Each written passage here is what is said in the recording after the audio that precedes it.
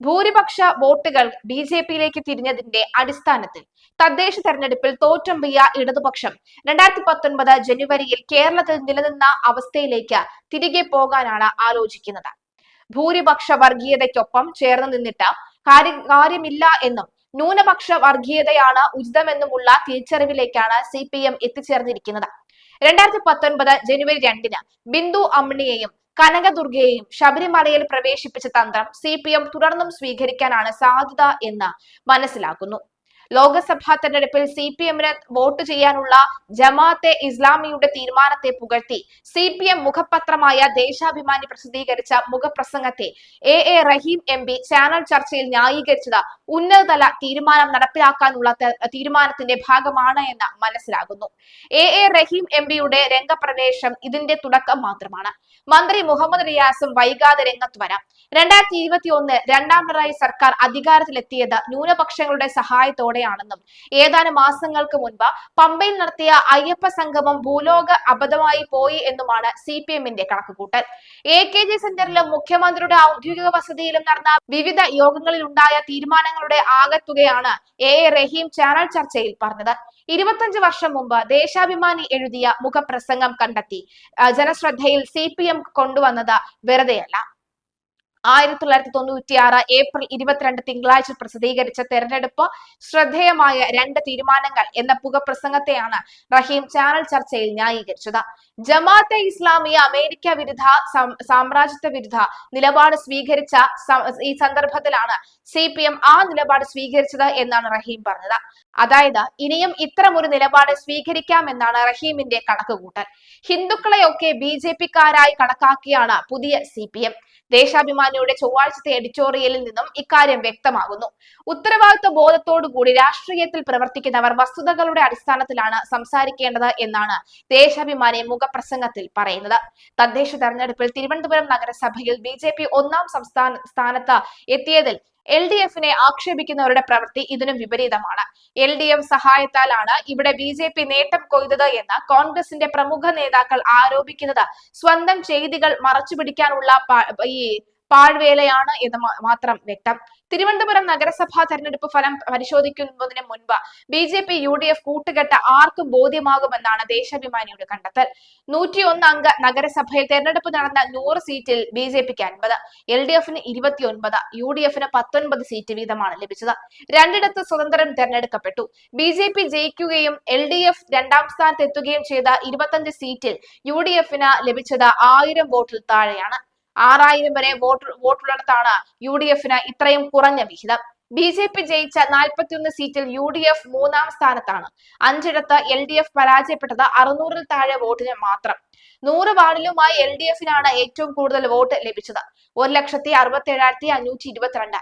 കഴിഞ്ഞ വർഷം നടന്ന ലോക്സഭാ തെരഞ്ഞെടുപ്പിൽ മൂന്നാം സ്ഥാനത്തേക്ക് തള്ളപ്പെട്ടതിനാൽ അതിൽ നിന്ന് LDF അതിവേഗം തിരിച്ചു വരികയാണ്. ലോക്സഭാ തെരഞ്ഞെടുപ്പിൽ നഗരസഭാ പരിധിയിൽ 2ാം സ്ഥാനത്തിനായിരുന്നു UDF, ഇപ്പോൾ 3ാം സ്ഥാനത്തേക്ക് പോയി.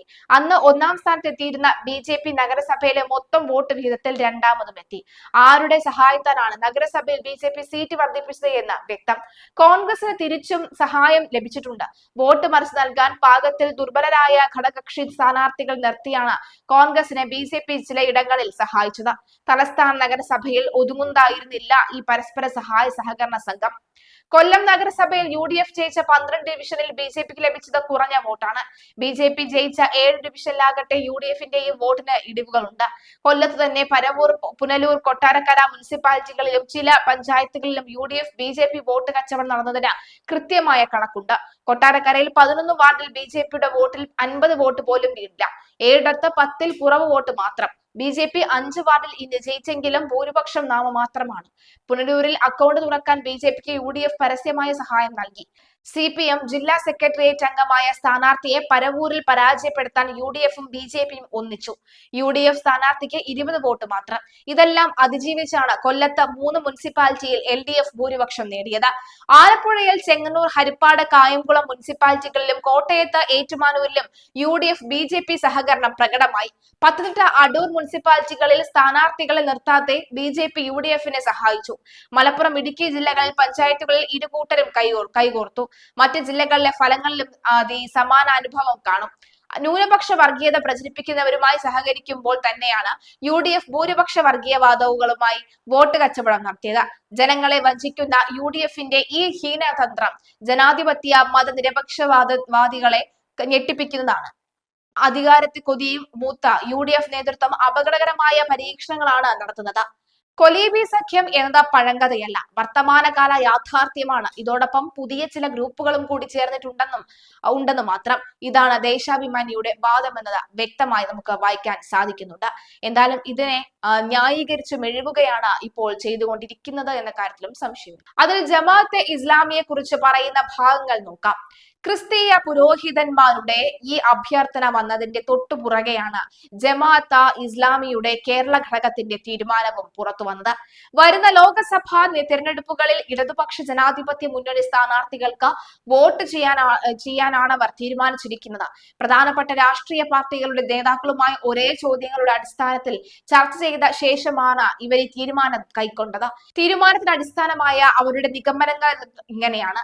രാജ്യത്തെ ഏറ്റവും വലിയ കക്ഷിയും ഭരണകക്ഷിയുമായ കോൺഗ്രസ് ഫാസിസത്തിന്റെ വളർച്ചയ്ക്ക് അനുകൂലമായ സമീപനമാണ് സ്വീകരിക്കുന്നത്.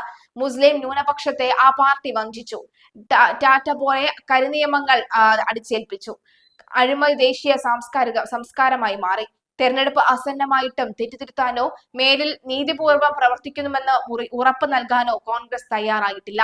ലോകത്തെവിടെ ഉണ്ടാകുന്ന സംഭവങ്ങളായാലും പ്രശ്നങ്ങളായാലും സ്വന്തം ഇസ്ലാമിക വീക്ഷണത്തിലൂടെ മതത്തിലൂടെ ഊന്നി നിന്ന് വേണം മാത്രം വീക്ഷിക്കുകയും വീക്ഷണങ്ങൾ നടത്തുകയും ചെയ്യുന്ന സംഘടനകളിൽ ഒന്നാണ് ജമാഅത്ത ഇസ്ലാമി.